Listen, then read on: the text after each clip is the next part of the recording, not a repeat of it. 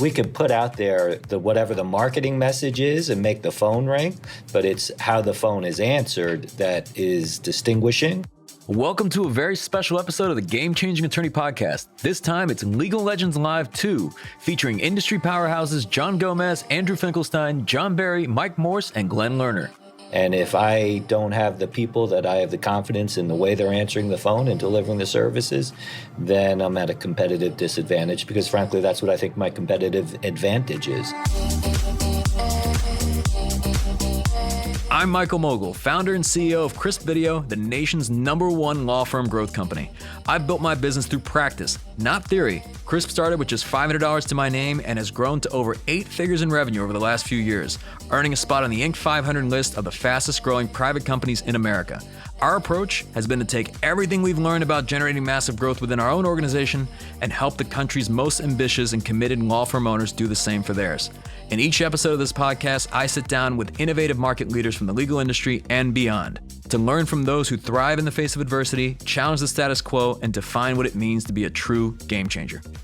I sat down with legal industry powerhouses John Gomez, Andrew Finkelstein, John Barry, Mike Morse, and Glen Lerner for an intense round of conversation on everything from legal marketing to rising to the top of competitive markets to the personal habits and mindsets that have helped them succeed as leaders. Sizzle without the steak is going to be sniffed out as fake and false every single time. That's coming up on the Game Changing Attorney Podcast.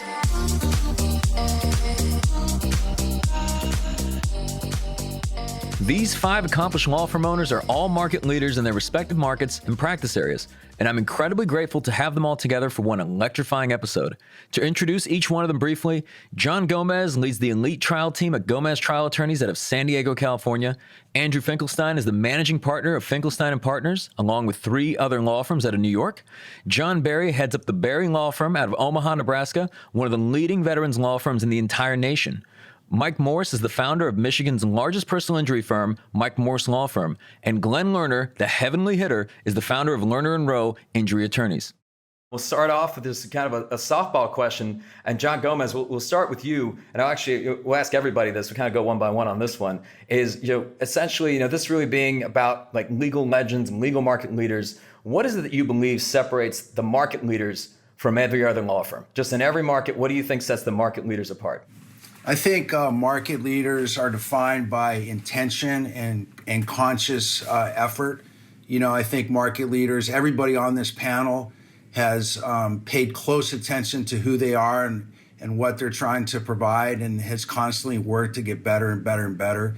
There's a complete lack of complacency. If you are a market leader in this industry, you could be a market leader one week and lose that leadership spot a week later if you're not constantly working on things. So I think just consistency of effort, always looking inward, always trying to get better, always trying to learn from others. And so I've learned from each of my co-panelists. I've picked up things from them and applied them. And, so that's how I'm trying to become a market leader, just always trying to get better. Thank you. All right, John Barry, what do you think sets the market leaders apart? I think it's guts. A lot of times you get people that can match you in terms of focus, intelligence, but it's the guts to do the things that you need to do to get to where you need to go. Whether it's to buy a bunch of billboards and think about, wow, that cost, or wow, people are going to think that I'm, one of those cheesy billboard lawyers, right? But what they don't understand is the reason why people do it is because it works. So you not only have to have the brains to do it, but the guts to actually execute it. I think that's what sets the market leaders apart from everybody else. The guts and the desire to actually execute the plan. Anybody can come up with a great plan, but to really go through with it really takes determination and guts. Mike Morse. What came to me when John was speaking, John Gomez originally, never being satisfied. And I know some of the panel members well, and I don't know some of the others, but I know from their practices what kind of great visionaries they all are. And they're just not satisfied. I don't think these guys are doing it for the money anymore, right? So it's just trying to build a great organization, take care of their people, take care of their practices, and continue learning, volunteering their time to help other lawyers, giving back to their communities. Every one of these panel members do that. So for me, it's just the takeaway is just never being satisfied and always wanting to get better. Excellent. And Andrew, what do you think sets the market leaders apart? I think that it's a distinction between dreams and goals, right? Dreams are just fantasies. I think probably everybody watching this wants and has the dream of being the market leader. And I think the distinction is those who are goal-oriented kind of set that North Star and execute on a plan. So the dream could be that fantasy, but goals have a plan, and you have to sit down and kind of define what that goal is. That goal is aspirational. You're reaching for it, but if you don't have a defined plan to accomplish it, you're just going to be grasping at your fantasy dreams. So to me, it's all about the plan, persistence in executing that plan, but more importantly, being pliant. I think of it those 3 Ps: plan, persistence, and being pliable, because it's not a straight line to where any of us have gotten. You got to be able to bob and weave a little bit. And Glen Lerner, I know the heavenly hitter. I know there's, in any market that you're in, I know that there's other law firms that aren't always exactly fans of Lerner and Rowe, and I know you've been a market leader for a long time. What do you feel sets the market leaders apart? I think what everybody said, it's a little bit of everything. Certainly what Mr. Gomez said. I think Mr. Berry, when he talked about risk-averse people versus people that are risk takers, and then certainly having a process. I'll give you a really simple example. When I first started practicing, maybe a year or two into when we were just in Vegas at the time, maybe 20 years ago, and a guy came up to me, had seen how big we had grown pretty quickly, and he said, "Glen, what's your overhead a month?" And I said, "A couple $100,000 a month or whatever." He said, "Oh my God, how do you go to sleep at night?" And I said, "I've never thought about it once." And that's a difference. People that are risk averse, they live thinking about, "Oh my God, what could I lose?" People that are risk takers say, "Hey, I'm going for this. I'm not going to worry about it." But ultimately, you still need to have clearly defined processes in place for success, sustained success. And the 2 guys that I talk about nonstop my whole life are always going to be Bill Belichick and Nick Saban. Because if you follow anything that they say and you apply it to the way you run your business, I think you'll be successful. You have to give people clearly defined processes and find people that fit into the way you do things. I don't want stars. I don't need Terrell Owens. I need people that fit with what we're trying to do and that buy into our team. We are a team, So a little bit of everything. And Glen, let me ask you, I'll keep it on you. So on the other side of this, what are some of the commonalities that you've seen in firms or firm owners that either fail to grow or are unable to grow consistently over time? What do you believe that those firm owners are doing wrong? A lot of guys, what will happen is they make a little bit of money, or they have a little bit of a modicum of success, and then they just take it and they buy a big house or stop buying some fancy cars. I think everybody that's done okay in this business, you put every cent back into your business. As we've grown around the country, I've tried to take 50% of what we make every year and I just put it into growth, going into a new market or growing new markets in a particular state we're in.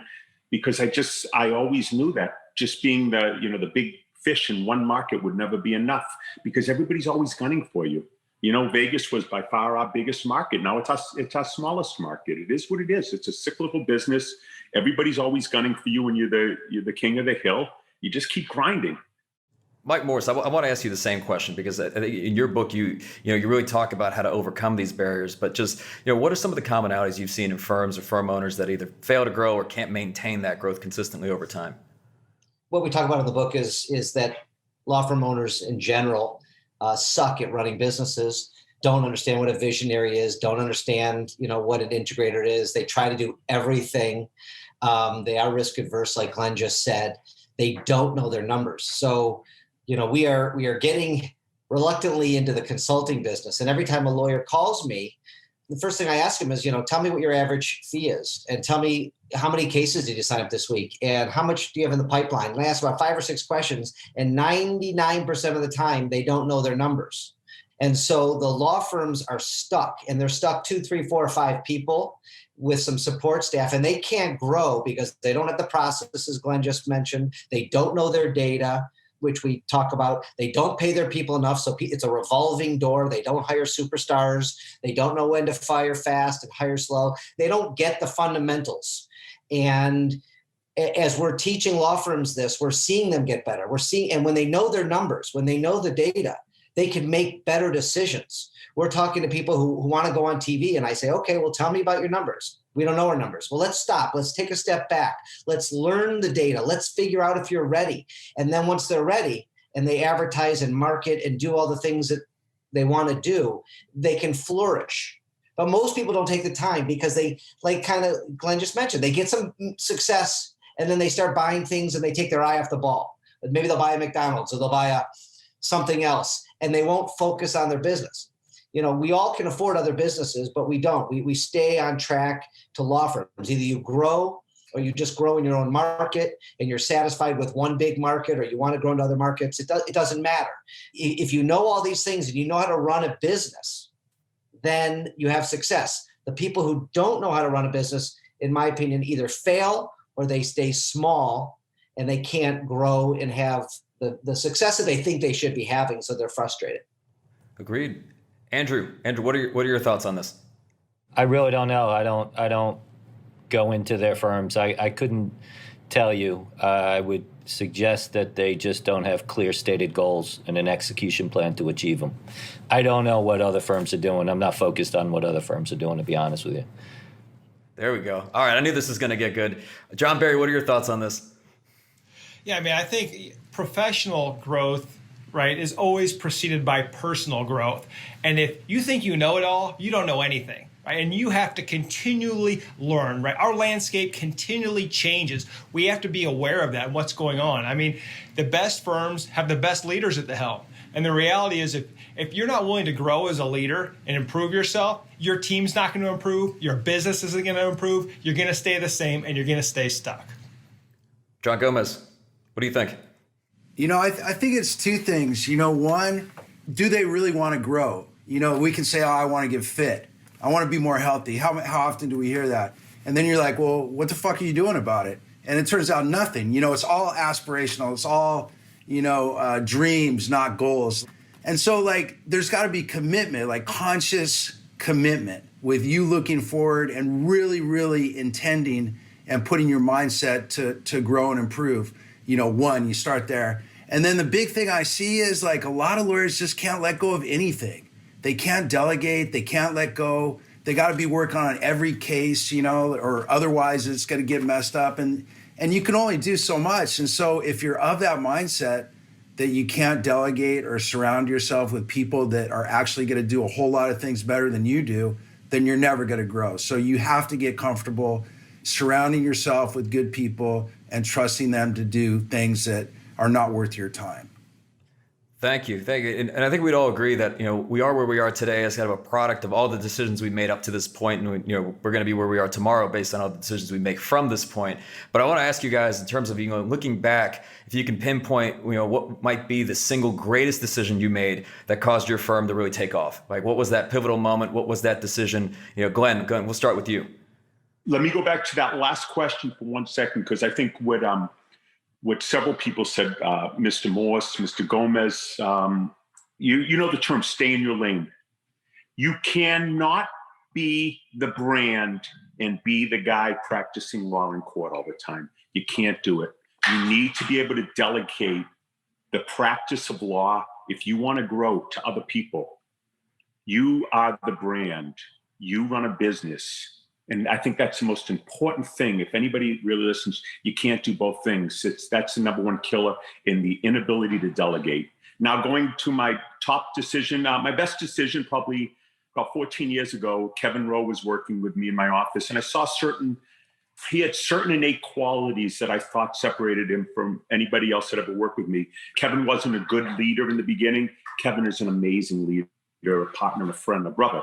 And it's really changed the dynamic about business. I'm the big vision guy and he's the detail guy. But to have a partner that you've been together with a long time that you can lean on, especially in times like this. This is a stressful time right now with everybody's caseload's gone down to a certain extent, especially if you do single event accidents. People aren't working as much. People don't crash as much if they're not on the highways. But to be able to, I think you have someone else's energy to feed off of. And, partnership isn't for everybody. I'd never thought of having a partner, but it's been the best thing that ever happened to my business. Really allowed us to grow to a different level. And I think it's the best decision I've ever made. All right, thank you, Glenn. And actually, it's interesting you mentioned that. Mike Morse, I don't know your answer, but I imagine it might be similar to that. So I don't know if it was the best decision you ever made, but you and John have a very interesting dynamic between, you being the visionary, him being the integrator. Yes, that's well, it was hiring my first business consultant that I think everybody needs an outside voice to come in and help your business. That's the best decision. I would not have found or hired John if my business coach didn't say, go find yourself an integrator because you're doing everything. So I was the visionary, I was the integrator, I was the trial attorney, and I was signing the paychecks, I was doing everything. So when I didn't understand how to write a business. For the first 12 and a half, 13 years of running my shop, it was all me, and I didn't know what the hell I was doing. I got some success. I got to about 20, 23 people, and then I hired my business coach, who was an MBA. He's not a lawyer, so he's not my official partner. He's my partner in the book. He's my partner in the fireproof consulting business, but he's not a lawyer. He can't be my partner. In Arizona, he can, I guess now. That's a different story. But the business consultant, I'm a huge believer of that. Really do it without good advice. Thank you, Mike. And I will say for those listening, Mike had a very interesting business coach at the time because it ended up being Gino Wickman, who would, I don't know if he had written Traction yet, but was the founder of EOS Worldwide. And, if you're not familiar with what that is, there's a great book called Traction. Or if you don't want to read that book, there's another book called What the Heck is EOS? It's kind of a simpler version of it as well, but highly recommend it. Our business, we run on EOS as well. So let me turn this over in terms of, so we'll stay on the question, but John Barry, I want to ask you, what looking back was the single greatest decision that you made that really caused the firm to just take off? What was that pivotal moment? I think it was back in 2016 when I realized I had hit most of my goals as a practitioner. I hit other life goals, and I wanted the next thing. And I was at the AVO, Lawyer-nomics, and that's actually where I met you. And quite frankly, if you were a vendor there and Very Law didn't hire you, your sales team sucks.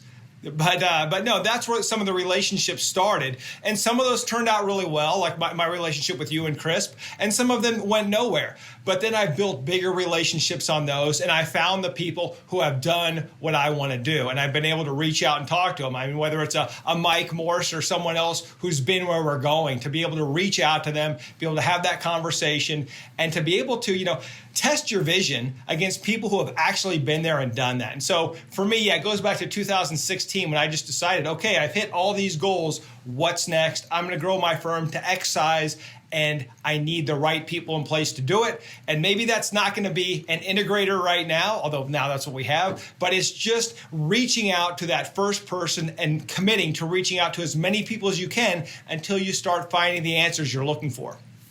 Thank you, John. All right, John Gomez, what was the single best decision you made looking back? The funny thing is, I feel like I sit in a different chair than all these guys. All these guys have very, well-established firms. I just started really working on my firm, the business side of the firm, the management side of the firm, within maybe the last year. And so before that, we were just trial lawyers. So we really worked on being trial lawyers. So I would say that the single best decision, this is not blowing smoke up your butt, Michael, was getting involved with Crisp and learning about this growth mindset and having access to people like are on this panel. And so over the past however many months I haven't been able to try cases, I'm so grateful that I'm not watching all these seminars on trial tactics and how to cross-examine an expert and, which is all fine and good and I spent my whole life doing. Now I spend my time, I've listened to the podcasts of all these guys, I've learned things from it. We've really turned inward at the firm in terms of management and growth. So I would just say changing course, from being just a trial lawyer to being a person that's very interested in, my business and my team. And that just came by virtue of exposure to Crisp and this mindset and these people. Thank you. And I will say, it seems like the prevailing theme in a lot of the answers is just kind of the importance of mental nutrition. It's kind of like the information that you're taking in, meaning that the people that you're surrounding yourself with, what you're reading, what you're learning. Let's talk about that. I mean, just how important do you guys feel it is? I mean, it seems like it's very important, but also how do you decide kind of what to invest in terms of, developing yourself and growing yourself as a leader? So Andrew, we'll start with you, sir. I think it's critically important. Constantly reading, voracious appetite for new information, because you never know what you're going to learn.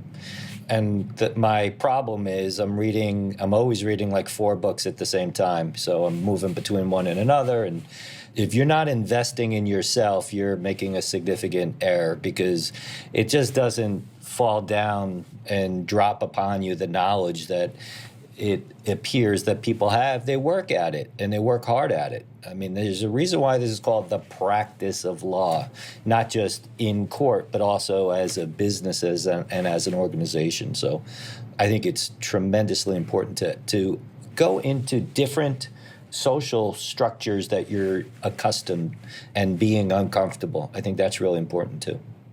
And also, the prevailing theme in much of this is kind of the importance of humility and the importance of asking for help. A lot of what you guys have mentioned is in fact admitting there's aspects that may not be your strengths, leaning on other people, asking for help.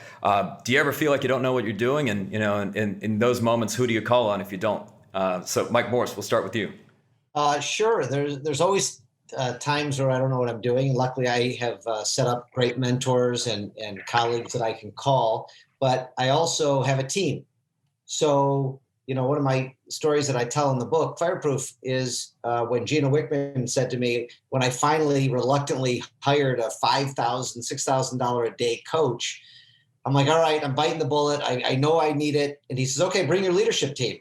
And I said, I don't have a leadership team. It's just me. And he says, no, you have a leadership team. And I pulled together three people and myself, and we showed up, and now I have an 8-person leadership team. And, we meet every week like clockwork, and the issues are discussed, and I delegate, like John was talking about, and others, that, we have issues, we discuss those issues, and we solve those issues. And then they are delegated to somebody to carry through and cascade the messages. I'm not doing this myself anymore. And I'm pretty well established that if I have a question I can't understand, there's somebody on this panel I can call. There's lots of people smarter than me that I can call. I mean, I'm constantly reading, like Andrew just mentioned, constantly. I'm not reading the news. I'm not watching bullshit. I'm focusing on getting better, learning, connecting, helping other law firms get better, giving back my time. But this stuff energizes me. Like, I'm excited. All of this stuff makes me excited, makes me better, and is what I love to do. I'm just not wasting time. All right. Well, Glen, Lerner, I want to turn it over to you. So do you ever feel like you don't know what you're doing? And then in those times, who do you call on for help? Who do you reach out to? I think after 30 years of doing this, I don't know what I'm doing. It's just I've made every mistake you can make. So I've become pretty good at learning from most of my mistakes. Some of them I have to make a few times. But I think in running a law firm, I think the most important thing, for me, and I think I've been very candid, my faith is the foundation of my life, my faith and my marriage. And I think my people, we have close to 500 employees. My people see the type of man that I am. And that's an important thing, how you treat your people. We're really good at engaging our people. 99% of our people love working there. And that's, I think, for anybody out there listening, if you can't engage your employees are your greatest ambassador. If the client's calling up and speaking to somebody that's bitter and angry, that's a terrible reflection on your business. My goal, nobody wants to work, but it ain't in the cards for everybody. So the people that have to work, I want to make those 9 hours, 8 hours plus an hour for lunch. Everybody that takes a smoke break still, maybe they cheat you a little time or whatever, but I want that to be the best 8-9 hours that they could ever have in any work environment. And I think for the most part, we achieve that. There are going to be people that aren't going to be happy, but they're not going to be happy anywhere. But I think we provide a really great work environment so that you treat my clients amazingly well and they're happy. That's our job. We want happy clients. And not all of them will be happy. We represent close to 20,000 people a year just for single event cases, another 10,000 for all the other crap out there. Not everybody's going to be happy. I'd be lying if I said that. But gosh, I want to make sure we do the best job to make sure we have the best chance. We have a really high batting average, you know? You guys don't even answer my questions. All right. If you had to compete against yourself, what would you do to put yourself out of business? How would you do it? Okay, let's go ahead and make it interesting now. John Gomez, we'll start with you. Yeah, I wouldn't want someone coming in and stealing my good people. That's where I'd start. I feel like I have a superior team. If someone really wanted to hurt me, they would take my top trial lawyers and people that I trust and rely upon. That'd be one thing. They would, I guess, outspend and outclass me in terms of sort of the marketing realm. You know, those would probably be the two things. I really rely on my people. You know, I feel like Glen, I have great people around me, a great team. And if they came in and took out some of my really high value people, that'd be the way to get me. It'd be like a sports team, you know, like sports guys, like they'll grab like a couple players from a team and that team is completely different. That'd be the main way you could hurt me. Thank you, John. Thank you for the honest answer. Andrew, I want to turn it over to you. If you had to compete against yourself, how would you put yourself and your firm out of business? And the only answer you guys cannot give to this question is it would be impossible. Okay, so like if we could find out, how would you actually do it if you had to do it? Yeah, that is ever since you asked that, I've never even thought about that. That's a really hard question, but I'm going to jump on John's bandwagon because I think what separates my firm, the reality is we all do the exact same thing. We deliver services, and we all perceive ourselves that we deliver superior services, but our clients don't know the distinction between one or another because they're only getting the services from my firm. They're not testing out other organizations.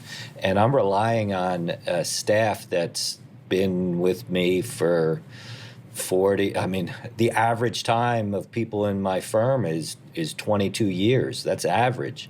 You know, we have people 20, 30, 40 years. If they disappeared and were competing against me and embraced the culture that we have, it'd be a real challenge. We could put out there whatever the marketing message is and make the phone ring, but it's how the phone is answered that is distinguishing. And if I don't have the people that I have the confidence in the way they're answering the phone and delivering the services, then I'm at a competitive disadvantage because, frankly, that's what I think my competitive advantage is. And that, just going full circle for everybody listening, that didn't just happen because we hired the right people. That happened because we trained them and indoctrinated them into our culture and what our expectations are. So it's totally achievable. You know, I don't own the market on high quality service. You just have to make that the priority of your firm. That's kind of how I started. What's the goal? And are you setting a path to accomplish that goal? Thank you, Andrew. Mike Morse, I want to turn it over to you. What would it take if you had to compete against the Mike Morse law firm to put him out of business? I know it wouldn't be setting the building on fire. What would it be? That's a fucked up question. First of all, I'm not saying nobody can do it, but they're trying every fucking day. Like somebody said here. I mean, I have my competitors are out there. I don't give a shit if they're on this call. They put my face on their commercials all the time. They one of the guys who spends almost as much as I do say, I don't do skits with my mom on my commercials. I mean, they're taking shots every day. I mean, they want to beat me. They got to do better commercials and hire better people and give back to the community more and, you know, do better than I'm doing. And, you know, what I do is very transparent. That's what they would need to do. And they're trying. But specifics, I mean, you know, that's why people say, why'd you give away your secrets in the book? It's because people don't execute. People aren't visionaries. People, you know, you can't fake it. You can't fake this business. I mean, I don't care if somebody had 10 times as much money and came into my market and spent it all. They're not, people have tried. There have been lots of people come in and tried, and I don't have that secret sauce. I just do what I do, and it's not that secret. It's just who we all are, right? I mean, I don't like the question. Well, Well, I like the answer, and I actually appreciate you going into the execution of it, because I'll follow this up in the sense of what do you believe that you do so differently in being able to execute? Because you're right, it's extremely rare. It's not like they don't know what you're doing. I mean, you literally put it out in a book, but at the same time, they can't seem to catch up. I get that asked all the time, and I'm sure everybody on this panel has been asked it in a podcast. What makes you so successful? It's the focus. It's the never being satisfied. It's the stuff that we all answered in your first question. And you can't fake it. I mean, you've all seen horrible TV ads. You've all seen people trying and they just can't. You're like, who the fuck would call that person, right? You can't fake it. You either your team follows you and you put together a good team and they believe in you and the mission and your mission and what you're doing for your clients, or they don't. It's not easy to duplicate, and that's why there's not a ton of amazing law firms out there. There's a lot of good ones. There's a million law firms. I mean, there's no shortage of law firms, but there's not that many that really rise to the top. And a lot of them have the same qualities, and you do a good job of finding them here.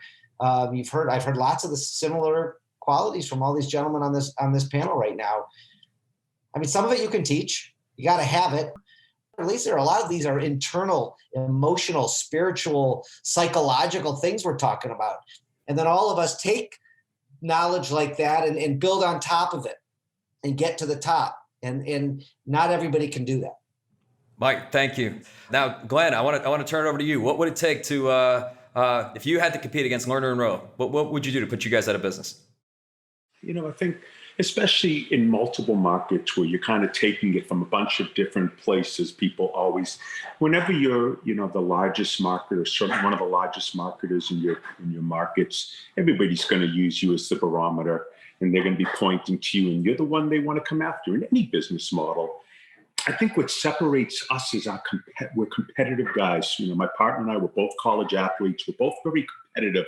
So I think to beat us, it's not just money. Anybody can spend money. It takes a lot of money to build a brand. It's not just popping money in. It's that intestinal fortitude to stick with it for a period of time. So I think someone would have to have a lot of intestinal fortitude, be ultra competitive, be patient.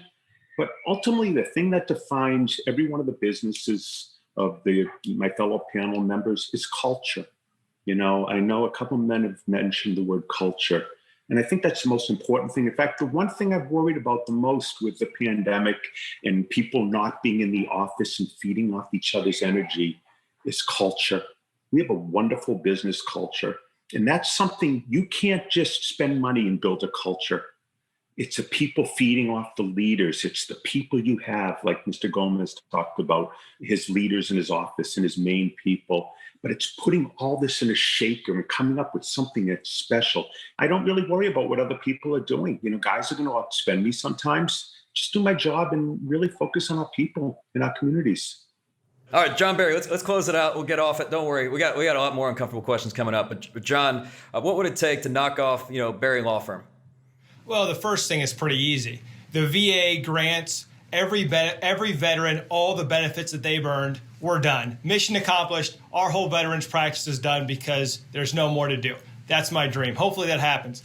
But the other way is just drown us in opportunity, right? We learned that, we do veterans law, criminal defense, and PI. And we've gone into other areas. And guess what? We failed. And the reason why we failed is because, we saw the opportunity there. And the question wasn't, could we do it? But should we do it? And should we put forth all the resources to do it? So we found ourselves, it's one of those lessons we learn over and over again. Hey, the opportunities are all there. There's too many opportunities. And the key for us, I think if I was going to kill us, hey, drown us in opportunities. Give us all these marketing opportunities. Give us all these practice area opportunities. Give us the opportunities to hire all these superstars beyond what we're capable of doing. And we'll try to do it. And we'll kill ourselves trying. And I think that is what would put us out of business. Too much opportunity. Thank you, John. All right, so let's shift it over. We'll talk about marketing. And I know this is one that people are always excited about. Everybody always likes the marketing questions, but I'll kind of give you the question and the thought starter, and we'll kind of go around. But what are some of the things that you guys have done, just as far as marketing goes, to ensure that you never have to worry about where the next case is coming from? Okay, Andrew, we'll start with you. Consistency. That's the word that I would use. Just regardless of the market conditions, consistently being out there and building a brand and knowing what the brand stands for, defining what that brand is and making sure there's alignment in every communication that's consistent with the brand.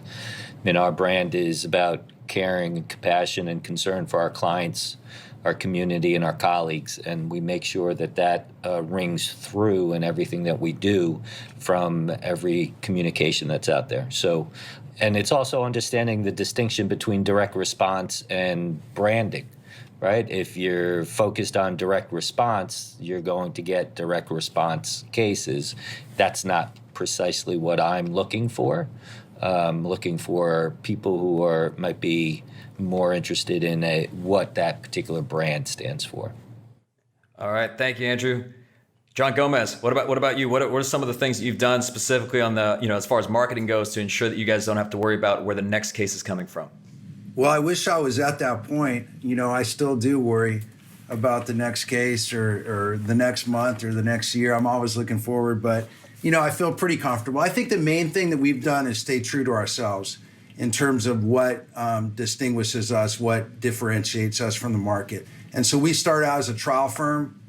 We try cases. We brand ourselves as a trial firm. We talk about ourselves as a trial firm. I went on TV just recently for the first time. And so our whole marketing, our TV ads are focused on trial. So everything we do is focused on trial, and that is what distinguishes us. That's what we enjoy doing. That's what we'll always do. And so I think just like Andrew said, the consistency of who we are and staying true to that, and having all of our marketing stem from that identity. Thank you, John. Glenn, what about you? What are some of the things you guys do to make sure you don't worry about where the next case is coming from? Because you guys have thousands every single month. I think, I think as Andrew said, I think certainly the most important thing I think is creating a brand. You can buy leads. Anybody can go get leads, buy leads. But ultimately, I think it comes down to creating a brand. And creating a brand takes time. The problem is most people, everybody's got this get rich quick mentality. Gosh, I want to get this. I want to compete with Glenn or Mike or Andrew or John or Mr. Berry right now, and I want to be the number one guy in the market. But you start off slow. You're number 6 in the market. You're number 5. And it's just taking its little incremental steps, but you're creating a brand to ultimately top of mind awareness. But it takes time. It takes a lot of money. Everything you make, you put back into your business, but you have to figure out what's going to differentiate your brand too. We have a unique marketing model. It's just different. It works for my personality. It's not going to work maybe for Mr. Finkelstein or Mr. Gomez. So find something that's true to you, something that you believe really reinforces who you are in your community, and go with it. You just have to have the intestinal fortitude to stick with it, because it's tough sometimes. It takes time. But I believe if you have something good in you put together a good marketing plan, I think you can be successful. Excellent. Now, you're going to like this one, okay? And so we're talking about marketing now, and the question is really just what are some of the things that you've done as far as marketing goes to really ensure that you never have to worry about where the next case is coming from?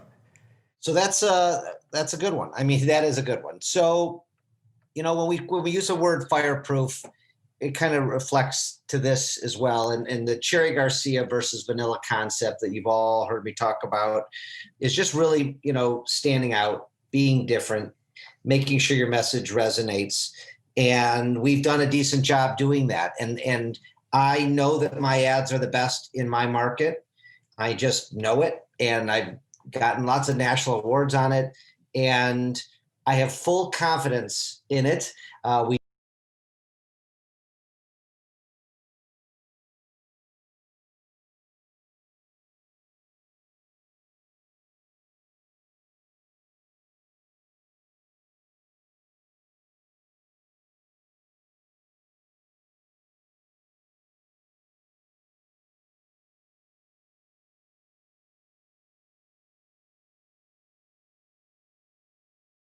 We spend money on our ads to make them beautiful.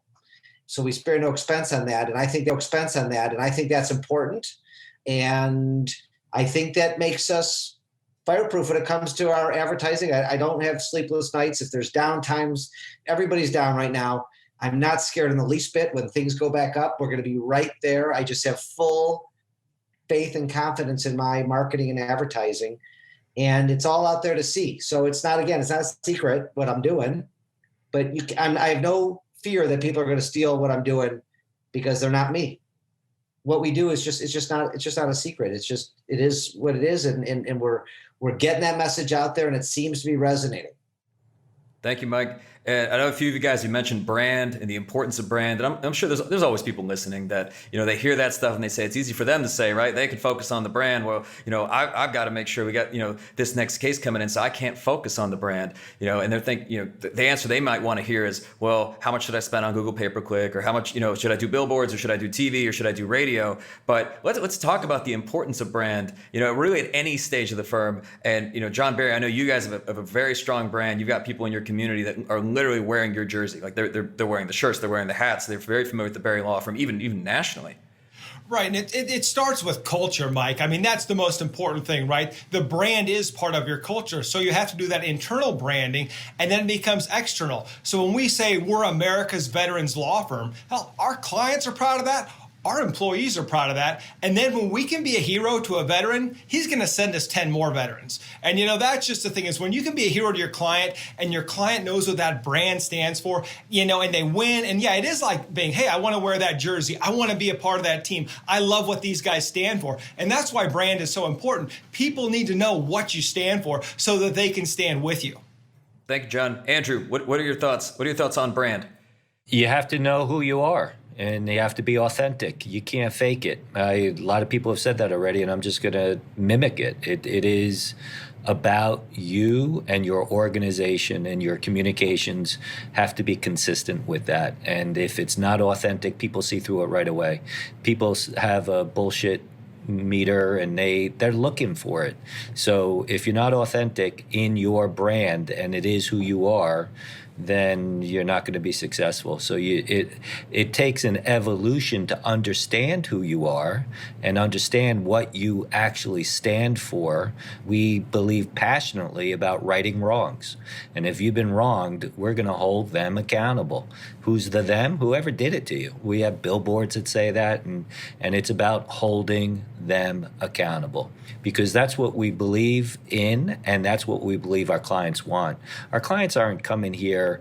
I just hung up the phone right before this with a client, and it's a very, very significant case. And she said, I'd rather not have the money. I want my health back. But now that I'm in the situation I'm in, I want everything I'm entitled to. I want to hold them accountable. And that's what they want. So we make sure that's what we're about. Thank you, Andrew. John Gomez, I want to turn over to you because, whatever people see Gomez trial attorneys, it seems to command a level of respect. They respect you, they respect the firm. How would you define the brand of your firm? Well, our first core value is we always do the right thing. And what that means is in all of our dealings, with our clients, with opposing counsel, with colleagues, among ourselves, we conduct ourselves with integrity and character. And so that's a measuring stick of what we do. I heard this guy and he goes, there's a lot of people out there, maybe they got the sizzle, but they got no steak. And so for me, branding has to come from a genuine place of excellence. We really do feel like we're the very, very best lawyers that our would-be clients can hire. We really do feel like we provide the very best client experience that can be provided. We really do feel like, we have a culture that is valuable and supportive of all of our team members. I think Andrew said, and a lot of people said, brand without, the steak, sizzle without the steak is going to be sniffed out as fake and false every single time. And so, we're talking a lot about marketing and growth. You have to have a great team of people with character, and you have to pay attention to your craft and deliver a wonderful and valuable product too. That's where it all starts for us. There's certainly listeners out there who might be thinking, this all sounds like a lot of work. Building a brand, establishing a strong firm culture, and investing in yourself as a leader, as well as learning all the things that go into running a successful law firm. One topic I wanted to get our panelists to weigh in on is social media. How much of their advertising focus today is now on social media versus other mediums such as TV, radio, and billboards? We started with Mike Morse. I mean, it's a necessary evil. I don't think anybody likes it. I don't think I get a ton of cases from it, but it definitely promotes the brand and it promotes what your good stuff you're doing. I'm sure we get cases and there are connections that are made. It's a lot of focus. I think you need to outsource that. I'm lucky enough to have a team in-house, but we also use outside companies to, do the social media, the PPC, the SEO, all that kind of stuff. I don't think you can be a firm in this day and age without it. I think you need to see what others are doing. I was, looking to maybe steal some ideas from Mr. Lerner on the call. I love his contests. I love the stuff they do down there to generate excitement and generate followers. I truly like it, and I think it's giving back, and I think it's good. I think it's hard to be creative and spend that much time on that. I have a full-time video person in my office, so if I am interacting with clients or if there's a moment that needs to be captured, it's there. I think that's part of it. But even if you pick up your cell phone and do it, I think that's important. And I do think most people aren't on TV, right? So they're shooting nice videos like you guys produce, Michael, and they're putting it on social. And, you didn't ask this question, but I'm going to go there just for a second. It's hard to know, is it the TV? Is it the social media? The attribution model is so important with the billboards and the TV. And eventually, once you've been doing it as long as some of these guys, it's hard to know what's working. But I think if you're not on social media, it's like not having a website.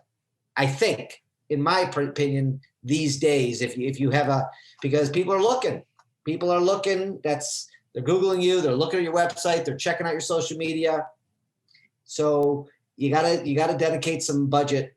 And you got to figure it out. And there's not a lot of good companies out there creating good content, helping with content. Most people I call, I don't want that. I don't want that business. You don't want that business, Michael. Nobody wants that business. It's a hard business. So you need to create your own content. In your meetings every week, you need to figure out how to create content. Content. Thank you, Mike. Glenn, I'd love to get your thoughts on this, because I know over the years you've invested significantly in a lot of traditional advertising, but just how has, if it has, how's your focus shifted? What are your thoughts on social media, and how much of your focus and marketing budget is now on social? The bane of my existence, I think it's the bane of almost any TV advertiser's existence, because for so long we cornered the market with just TV. If you were the biggest spender on TV, you created a catchy brand, you did well. Now you have all these guys coming out and nipping at you. It's like little minnows everywhere. And we look at it two ways. I think we might have the most Facebook followers in America, but Facebook's getting a little long in the tooth now. And we've done well on Facebook, as Mike pointed out, by being very transactional. We do tons of giveaways. It's part of our whole gives back. It's fun to give away.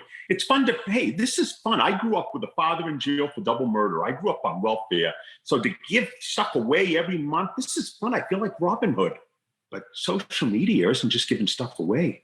If you truly want to dominate social media and you're an Instagram guy, you have to figure out, how do you make a law firm relevant? That term relevance. And I still haven't figured out, I don't know if you have, Mike, I don't know if really anybody has. How do you make what we do relevant? So it's maybe finding little things, having little fun Instagram programs you can do with you and your partner or other people, talk shows, fun things to make people talk about you. Because what we do isn't that relevant until they need you. And that's the hardest thing about what we do.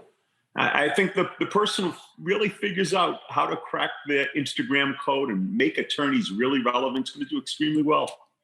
All right, Glenn, thank you. John Barry, let's turn over to you. So thoughts on social. I know you guys do a great deal, but how much of your focus is on social media? How much your marketing budget's on social? Sure. So, yeah, I think that the simple answer is not enough of our marketing budget is on social. I think Mr. Lerner nailed it. We got to figure out a way to be relevant on social. So we've got to provide some valuable content that users are going to want to consume. We were very naive about it in the beginning, and now we understand how much engagement matters, right? And if you can't get engagement, then you're in trouble. And I can remember back in the day, right, where another phone book would come out and I'd be like, damn, now I got to spend money on another phone book because there's multiple phone books, right? Well, it's the same with social media. There's a new social media channel or application every couple of weeks. And so how do you push out content on those in a way that's going to resonate with the people who listen to it? And you got to pay attention. You can't just prejudge stuff like TikTok. We thought, oh, that's for 11-year-old girls. Well, the truth is it was 18 to 24-year-olds and it skewed heavily military. So all of a sudden, why are we not on TikTok? These are the things that come up when you come with an open mind. But going back to Mr. Lerner, we have to have some reason for them to engage with us. Otherwise, we can't do well on social media. Thank you, John. So let's go quickly around and we'll talk about other topics outside of marketing, but I'd love to ask each one of you, just because I'm sure people are wondering, what has been the single most effective marketing strategy that you've done that's yielded the highest ROI, just overall across the board? Andrew, we'll start with you. Building personal relationships, referrals from personal relationships, from professional relationships, medical, and the branding is all great. But at the end of the day, because we focus on catastrophic cases, and people need to have some trust in that person they're going to hire, and that doesn't come. Not too many catastrophic cases come from a click. They come from a recommendation. So it's all about those relationships. Thank you, Andrew. All right, Mike Morse, what's been the single best marketing strategy you've ever done that's brought about the highest return on investment? TV. There you go. Easy. TV. All right. Glen Lerner, what about you? I think in the beginning, it certainly was TV. As time goes on, your cost per case absolutely goes up with the competitive nature. I think without trying to get a benefit from it, just doing it because it's incumbent and it's necessary, I think our gives back around the nation has been the most important thing we've done. People want to engage with a law firm that they feel is part of the community.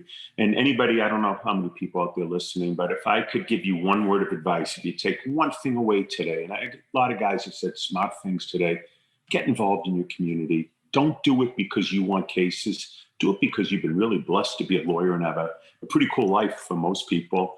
I think you're going to be blessed 10 times over. The things you do in your community, it's going to come back on you. It galvanizes your employee base. I think it does more for your employees. People want to work for people they like. John Gomez, what's been the single most effective marketing strategy you've done that's yielded the highest return? It's difficult to distill it to one thing, but marketing ourselves as trial lawyers and then winning trials. And so I've always seen a dramatic increase in business after we succeed in trials. So that's one. Two, really, really developing lifelong relationships with our clients. We tell them we have a customer or a client satisfaction program. And at the end, we instill in them this idea that we're their lawyers for life. And so some of our biggest cases have certainly come from other, former clients. And third, I would echo Andrew, relationships. I have something like taped right here where I work, and it says, what are you doing right now? Because I want to be just focused on my highest and best use. I want to delegate everything else. And it says, big cases, big relationships, big presence, big ideas. And if I'm not doing those things, I'm wasting time. And so if I focus on those things, then I know that we're going to do well in terms of getting new business.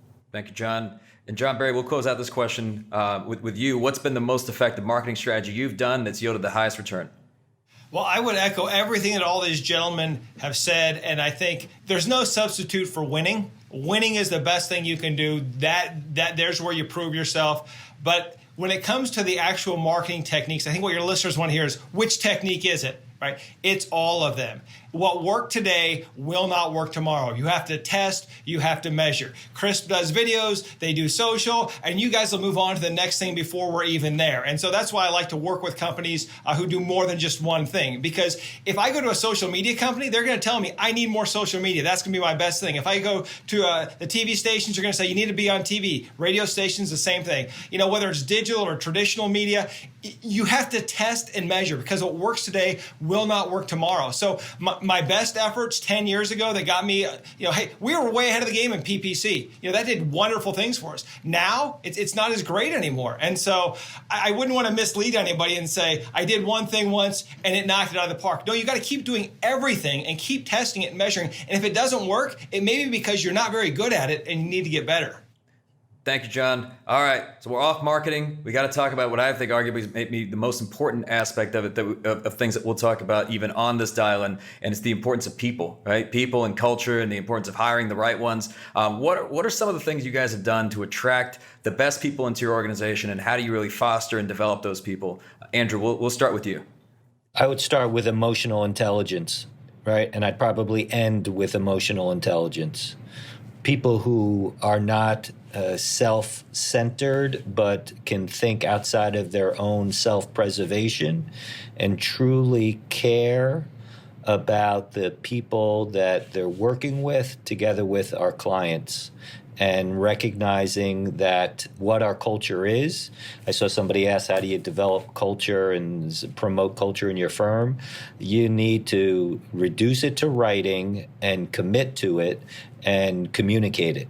I don't know what other people's cultures are, but everybody in my organization knows exactly what our culture is. I said it earlier, I can repeat it, but we know what our culture is, and that is we want to like where we work and with the people that we work with. So it's a culture of caring, commitment, and concern for our clients, our community, and our colleagues. And that takes a level of emotional intelligence to realize it's not about me, but it's about the people that I'm working with and my clients and the community that I'm in. And by reducing it to writing and, frankly, asking certain questions during interviews to draw out what their true motivations are, because I've been doing this so long. Of course, everybody wants money and everybody wants more money. That's a given, but that's not what drives people to work really hard and be truly committed. I'm talking about people who are here for the long term, 25, 30, 35, 40-year people. I have the benefit of being my firm 62 years old this year. It's much bigger than compensation.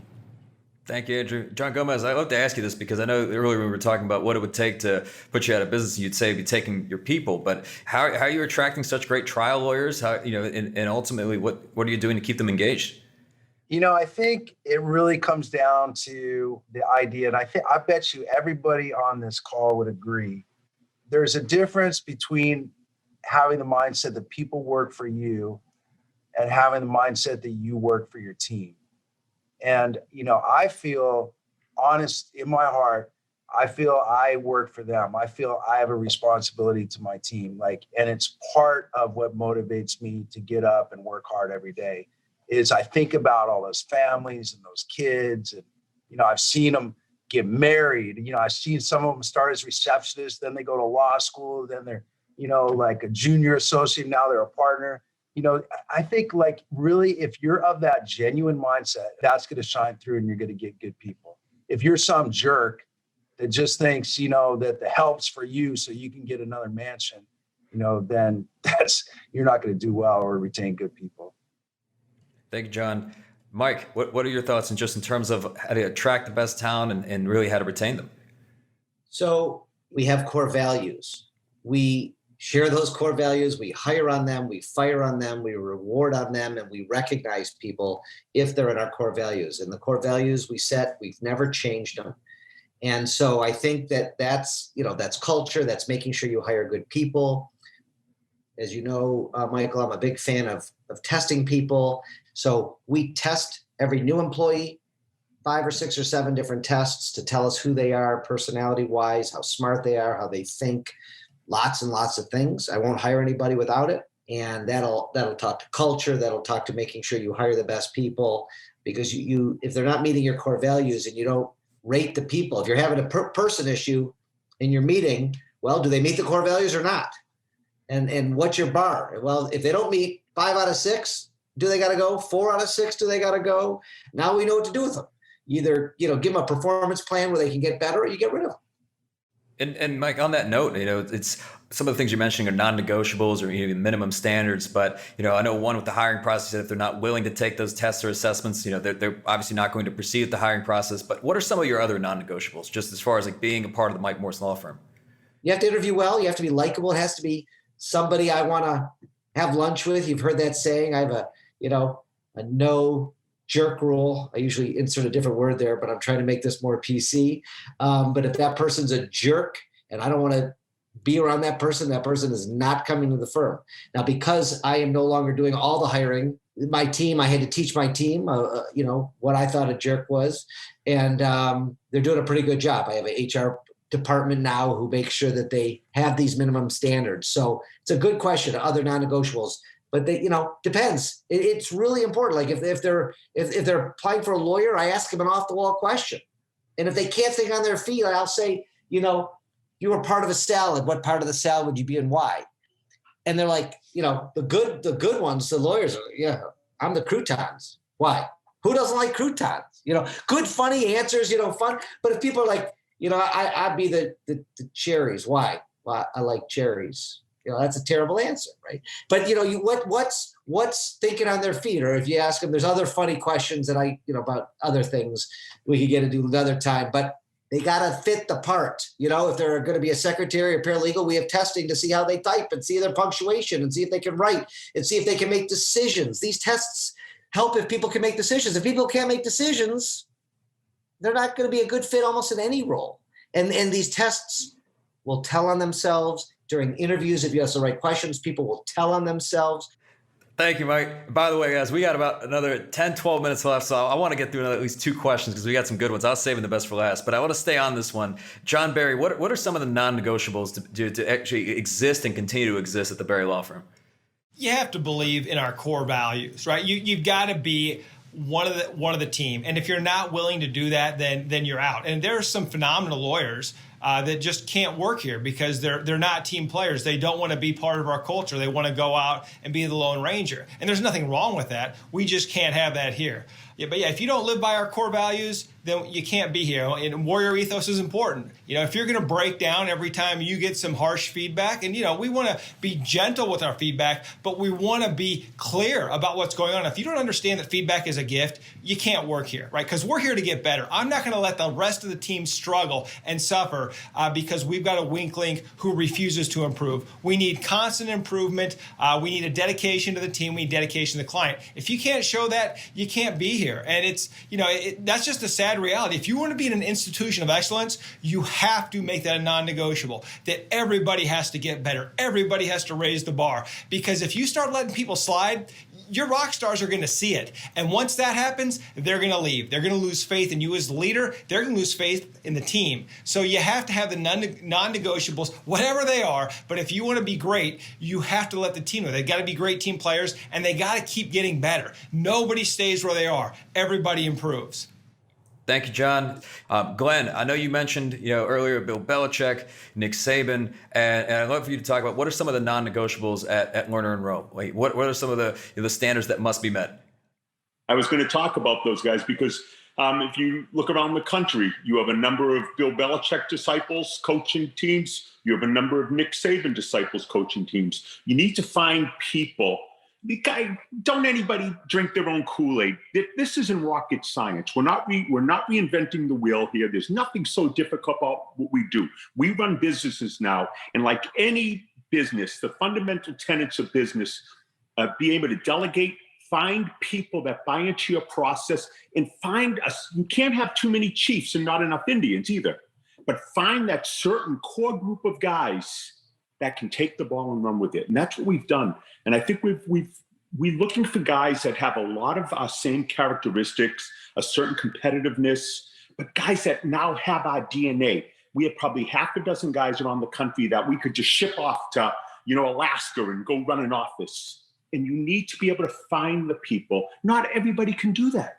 Not every one of our attorneys, 50 plus attorneys, can go start their own office and do this. But guys that somehow through osmosis over the years they've absorbed your DNA, your way of doing things. And you know what it allows you to do? It allows you to grow your business. It allows you to go deal with Mike, go make videos, go deal with the online people while these guys are running day to day. Because if you're trying to do everything on your own without finding new leaders and growing a new batch of leaders all the time, and we've had several guys that they go off and they start new offices or new states, and you can trust them. If you micromanage people, you kill them. If you want to grow and you're gonna delegate things, let people make mistakes, use them as learning opportunities, grow from them. If they keep making the same mistakes, they have to go, obviously. But you cannot micromanage people. You destroy ingenuity, creativeness. You kill people. You stifle people. All right, so we got time for one last question. Guys, we can keep it to a minute each. We might actually even finish on time. And thank you to everyone who's been listening to this. So I want to close it out. You know, there's a lot of people out there giving advice, and they're, you know, I'm sure we're always getting things that we should do. But if you could share what was the best piece of advice you'd ever received, what was the worst piece of advice that you've ever received? John Gomez, we'll start with you. A worst piece of advice I ever received is to act like a lawyer all the time. You know, don't embarrass the profession by going on TV. Don't embarrass the profession by doing billboards.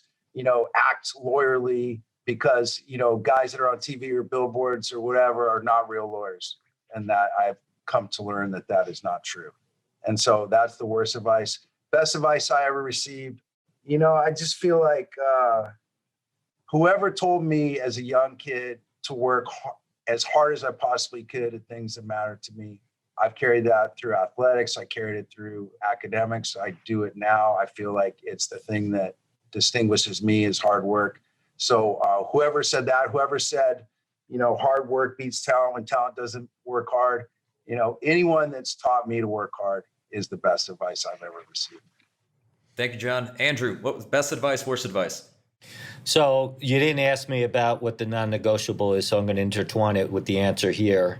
And best advice intertwined with the non-negotiable is, it's kind of just how I think about every one of our clients, as if it was my grandmother, who's not with us anymore, but I want her treated the way that we're treating our client. And that's kind of the standard. And that rises to the non-negotiable, which is not returning a client's phone call within 24 hours. That's just a non-negotiable. You must return a client. There's nothing more infuriating than silence. Somebody reaches out to you and wants a response. That doesn't mean you have to engage in a whole conversation, but just an acknowledgement that I have got your call, set up a call when it's going to be returned, and everybody knows that's a total non-negotiable. Because the only reason why clients are upset is because the perception of the quality of service and reaction time is quite important. So, I don't have an answer for the worst advice. All right, Mike Morse, what's been the best advice and the worst advice you've received?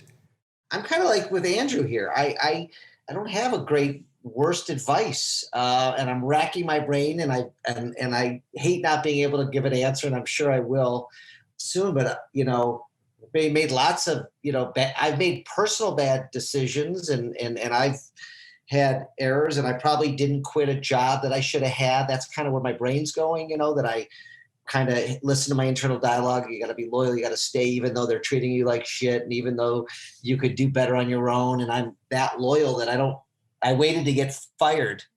Thank you, Mike. Thank you. All right, Glenn, best advice, worst advice, if you can keep it to a minute. I think the best advice is to always treat every client as if it's your only client. No client wants to hear, oh, I'm sorry, but I have so many other clients. I just couldn't get to you or this or that. They don't care how many other clients you have. They care about their case. Treat everybody like your only client. I don't know if I've ever gotten any advice that I could consider my worst advice. I wish I could tell you something more concise. The only advice I'll give everybody, just be humble, be nice, love people. That's it. We're in a pretty cool profession. Just go out there and treat everybody the way you'd want to be treated. And I think it'll be difficult not to be successful. Thank you, Glenn. All right. John Barry, let's close this out. Best advice, worst advice. We're batting 100% because John Gomez also had some pretty good worst advice. But what do you got? What's been the best advice you've received and the worst advice? I think the best advice has been every decision you make matters. Every decision in your life that you make matters. It has consequences. there's a gravity of our decisions that sometimes we fail to realize until 2 or 3 days later, right? So as a leader, it's very important. Every decision matters. The worst advice I got was never quit, right? Now, I never would let a kid quit a football team in season or something like that. But what I'm saying is there are some things in life that you're just going to suck at. You're not going to be good. You're not going to derive pleasure from them. They're not going to serve you. So guess what? If you're doing it and it's not helping you get where you want to go, then quit. If it doesn't help you get towards your goals, if it doesn't serve your life, quit doing it. I want to give a huge thank you to John Gomez, John Barry, Mike Morse, Andrew Finkelstein, and Glen Lerner for taking the time to speak with us today. You've been listening to the Game Changing Attorney Podcast with me, Michael Mogul. If you enjoyed this episode, I'd really appreciate it if you could share the podcast with at least one other ambitious law firm owner who you believe would benefit. And you know what? Maybe more than one. For more information on this special edition episode of the Game Changing Attorney Podcast, Legal Legends Live 2, see the show notes for this episode in your podcast app or visit GameChangingAttorney.com. And join us next time when we'll be speaking to the CEO of Digital Marketer, Ryan Dice, about marketing strategies that actually work. Marketing is not going to fix a bad business. All right, great marketing will only accelerate the demise of a bad business. It is an amplifier. It is a fuel. It is an accelerant. That's next time on the Game Changing Attorney Podcast.